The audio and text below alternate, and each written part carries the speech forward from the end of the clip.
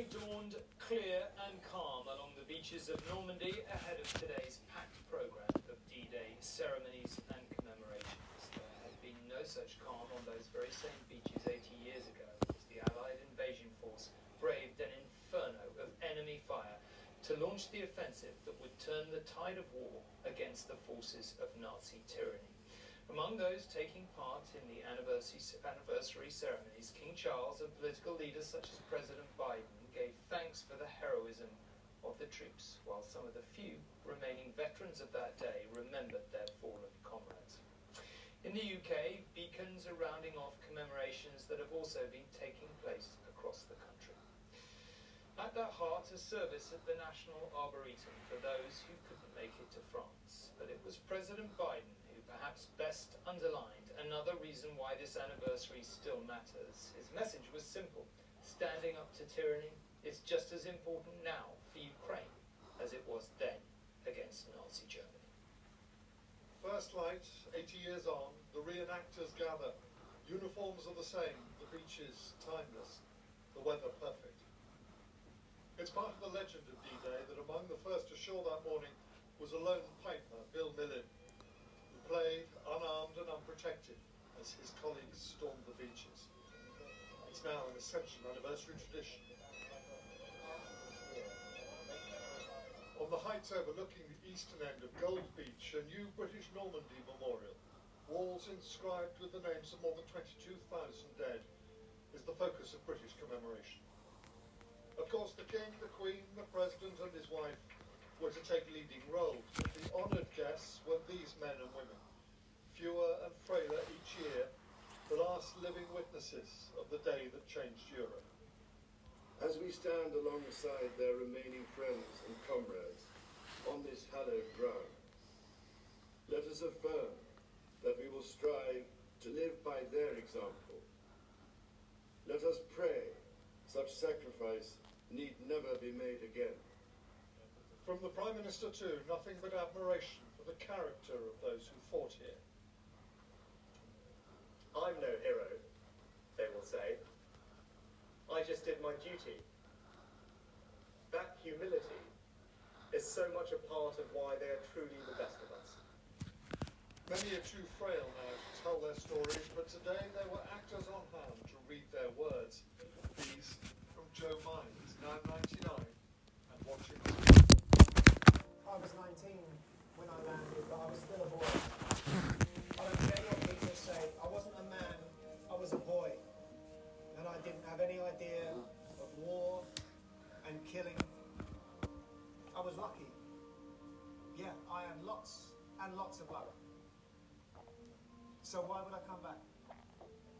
Well, this is the last and only opportunity for me. The last there will ever be. From Ken Hay, an infantryman on D-Day, now 98, these words could rarely have been more heartfelt. Age shall not wearisome, nor the years delay. At the going down of the sun, and in the morning, we will remember.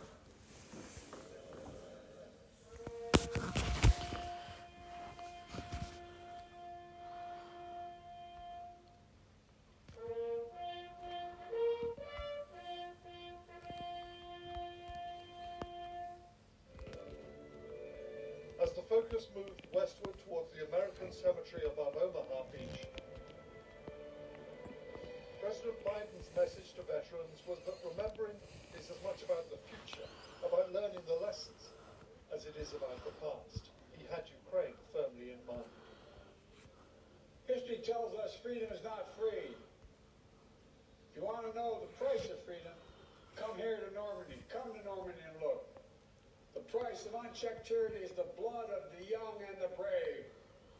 In their generation, in their hour of trial, the Allied forces of D-Day did their duty.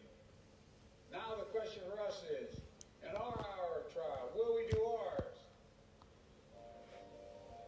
Nowhere was the fighting harder or bloodier on D-Day than for the Americans on Omaha Beach, and it was on these sands that leaders from 25 countries gathered this afternoon. Prince William represented the King at the end of a long day. More surprisingly, it was Lord Cameron standing in when the Europeans and President Biden got together, Rishi Sunak choosing to return home rather than stay for President Macron's big party. Ukraine's President Zelensky wasn't going to miss it.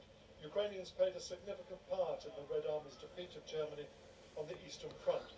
The fact that he is here this time, while Vladimir Putin's been excluded, says much about the parallels Western allies are seeing between then and now. The leaders were reminded on a big screen what had happened 80 years ago on the very beach where they were now sitting. For many of those who need no reminding, this may be their last visit to a battlefield that has defined their whole lives.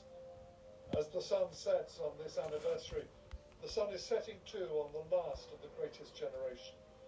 The world has promised them we will never forget, but who will hold us to that when they are gone? James makes news at 10, Normandy. The D-Day veterans who came from the UK and further afield to attend today's ceremonies were hailed as heroes by the great and the good and welcomed as liberators by local people young and old. What was striking about the veterans themselves was their humanity, their humility and their dignity, particularly since, for many of them, this was a day of deep and sometimes still very raw and painful emotion. They have been on this journey for 80 years. Their unwavering determination to remember those that couldn't come with them was matched today in this French town, which was determined to honour them.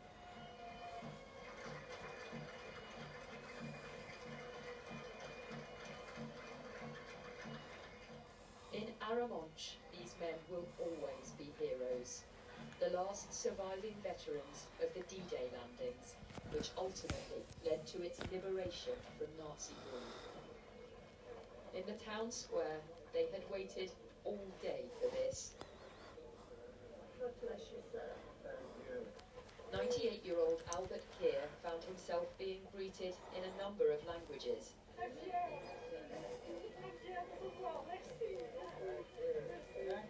But he couldn't possibly have mistaken their meaning. Thank you. Thank you. Thank you so much for everything you did. Thank you so much. What a marvellous all that, to stand here all this time and to shake hands with me. Yeah. Were you expecting that? No, not like this. Not as great as this. This is marvellous. They're pleased to see you. Yeah. We are very grateful for the things they did. For the things they did for our freedom. Yeah. Yeah, that's true. They liberated Europe and we're very grateful. He was emotional, and as I shook his hand, he held it tight. And I said, thank you. Today was about honouring the dead and the living, of which there are now very few. They were just teenagers when they came here, carrying the weight of the world on their shoulders. Not so very much older than some of the children that waited to meet them today. It's been overwhelming, and everybody's been absolutely wonderful. It brought back memories. Definitely. Some not very happy, may I tell you, but it's been wonderful. How could they possibly have pictured this when they arrived here 80 years ago? If this is the last time they come here, they leave knowing that this town will keep telling their story for generations to come. Chloe Keedy, News at 10, Aramonch. The beacons that we saw earlier, here they are again, were lit at the end of the day's commemoration in the UK. Lighting fire beacons to mark great events is a tradition stretching back centuries. 26 D-Day veterans were at an hour-long service at the National Arboretum today, attended by the Duke and Duchess of Edinburgh. During an informal lunch beforehand, the two royals mingled with guests and chatted to veterans who ranged in age from 96 to 104. Now let's go back and join James. James, given President Biden's words today, there's quite a lot of politics and diplomacy, maybe more than we expected, wrapped up with this D-Day anniversary. Yes, surprisingly, man, from both President Biden and from the King. Although, as I'm talking to you, the fireworks here at Armagh have just started. I'll try and keep out of the way, because I'm sure you're more interested in watching them than me. But back to our politics. President Biden's message was, listen, all this talk of remembering, there's no point in remembering if you don't learn the lessons from the past. If you don't learn the lessons of the mistakes of the 30s, which ultimately made the D-Day landings necessary. And in terms of Ukraine, he said, look, if we walk away from Ukraine, we will be forgetting what happened here on these hallowed beaches. And words from the King, milder, as you would expect, he said, free nations must oppose tyranny. It's not so unusual for D-Day to turn political. 10 years ago, when President Putin and the then Ukrainian leader were here, they launched a protest to try and stop the Crimea War. The Crimea invasion turning into something worse. That didn't work out well. But it does make it slightly more surprising, therefore, that Rishi Sunak didn't hang around to get together with his fellow leaders, as we saw Lord Cameron doing. On these occasions, often much talk is done without officials around, and perhaps it was a missed opportunity for him there. Although, it has to be said, they will be meeting next week again at the G7. Okay, James, magnificent fireworks behind you. Thank you very much indeed. The 80th anniversary D-Day commemorations today in northern France and across the UK will be returning for a final thought in the words of some of the veterans themselves at the end of the programme. Let's move on to the day's other news now, and horrific scenes in a war zone of today after an Israeli airstrike and a school being used as a shelter in central Gaza killed at least 35 people. The attack happened at a school run by the UN in Nazareth, packed with displaced Palestinian people. It was close to a densely populated refugee camp. Israel said the strike was against Hamas militants using the building. Hamas denied the claim and called it a horrific massacre. Oxfam said the attack may be in violation of international law. The dead are covered by the blankets they slept under last night. Blankets that became their shrouds when they never got to wake up this morning. They are victims of a pre-dawn Israeli airstrike that ended up being yet another mass casualty event for Palestinians trying to find refuge from a war that never leaves anyone alone for long, regardless of their age. The bombs struck the top floors on one of the hundreds of United Nations schools that are now shelters for the homeless. The UN says 6,000 people were staying in this one. The Israelis claim that terrorists were among them. The IDF says it carried out a precision strike targeting a group of at least 20 Hamas and Islamic Jihad militants, some of whom had taken part in the sadistic rampage through southern Israel on October the 7th. Our precise strike was based on concrete intelligence from multiple sources. The terrorists inside the school were planning more attacks against Israelis, some of them imminent. Claims regarding the death toll vary, but it appears at least 30 were killed. The Hamas-run health ministry does not differentiate between combatants and civilians, but officials say 14 children and 9 women were among the dead.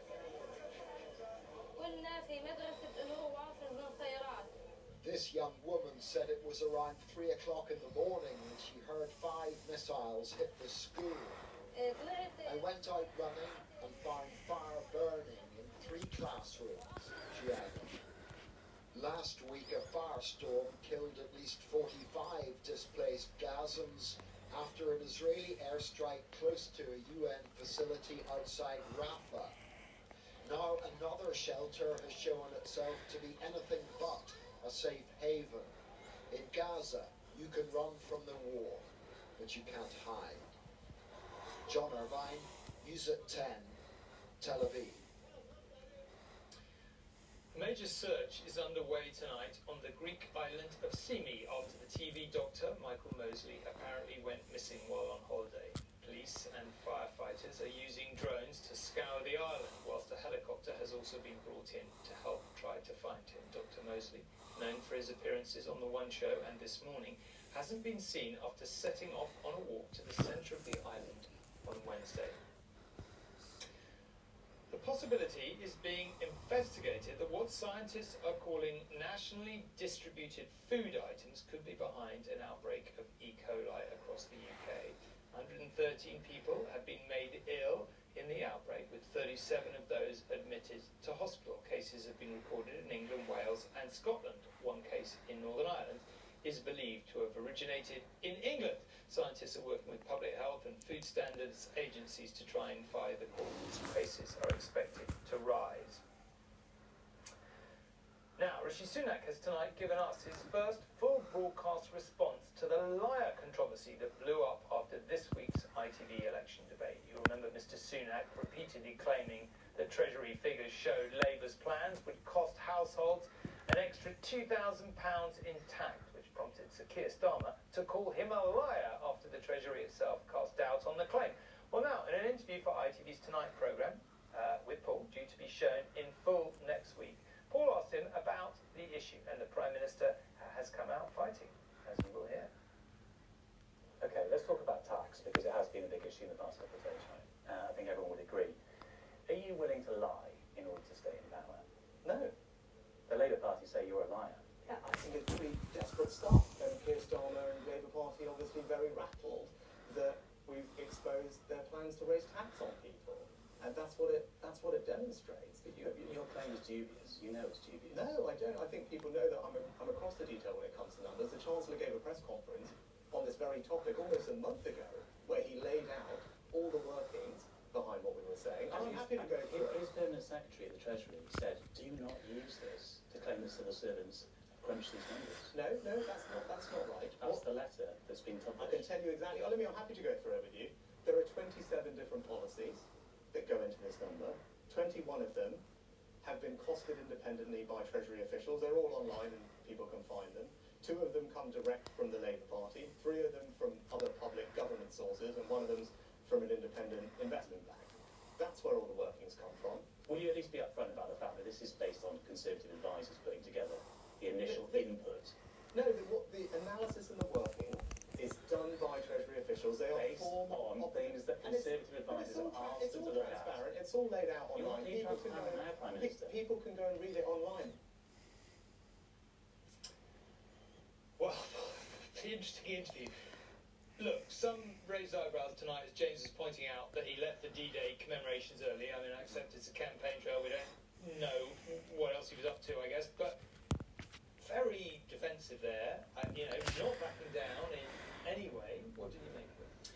Yeah, we've been asking the Prime Minister for an interview for a while now. We're profiling all the leaders on the ITV Tonight programme. Today was the slot that we were offered. We don't know why.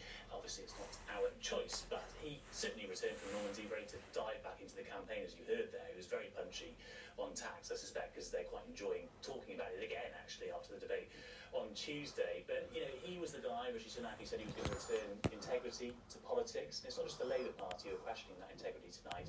The statistics watchdog, the Office for Statistics Regulation, has rebuked him on these